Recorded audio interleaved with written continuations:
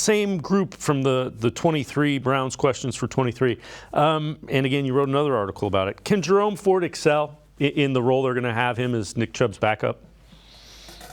I think he can. I think with Jerome, it's interesting because we have a really small sample size. I don't have his numbers in front of me, but obviously he didn't get a ton of carries last season because you had Nick Chubb, you had Kareem Hunt. They didn't really need to rely on him for that. And this year, I think it's especially interesting because I do think we're going to see Deshaun Watson also get a hefty amount of carries. But with Jerome, what I think is so interesting, I thought last year when they kind of, by chance discovered that he had this ability as a returner, I thought you saw how elusive of a runner he was. I also think, it doesn't hurt to have somebody on the roster when you think about what Kareem Hunt did when Kareem was at his best, is he could also be super active in the pass game.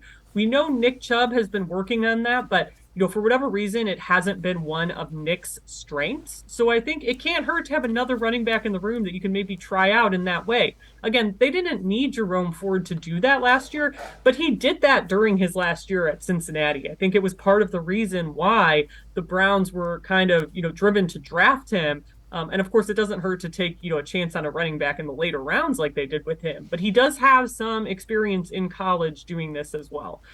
So I definitely think it's interesting. I'm curious to see how they use him versus, I think we're going to see Demetric Felton a lot more in that room too.